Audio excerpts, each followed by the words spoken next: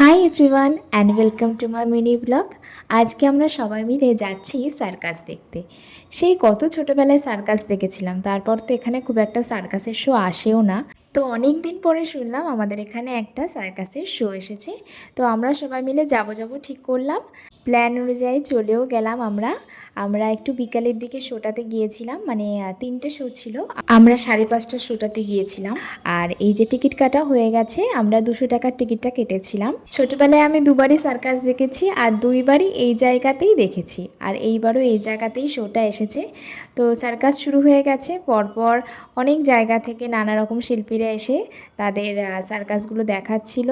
আর সত্যি বলতে একটা ছোট ভিডিওতে এতগুলো সার্কাস দেখানো সম্ভব না। আমি ছোট ছোট ক্লিপই নিয়েছি, সেগুলোই দেখাচ্ছি। আর কিছু কিছু ক্লিপিতে তো ভুলেই গেছি, অবাক দৃষ্টিতে শুধু তাকিয়েই ছিলাম। আর কিছু কিছু সার্কাস দেখে তো আমার রীতিমতো গায়ে কাঁটা দিয়ে উঠছিল। তো ভালোই লেগেছে, সেদিন অনেক দিন পর সার্কাস দেখছিলাম, খুব মজাও লাগছিল। আর এইটা তো মেলাতেও থাকে, মরণকূপ। এটার বাইকটার সাউন্ড শুনলেই গায়ে কাঁটা দিয়ে ওঠে। যাই হোক, অনেক রকমের প্রদর্শনী ছিল আর অনেক জায়গা থেকে মানুষ এসেছিল, ওনারা অ্যানাউন্সমেন্ট করে দিচ্ছিলেন।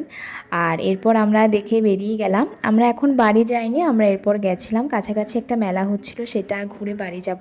সেটা তোমাদের সাথে পরের কোনো ভিডিওতে শেয়ার করব।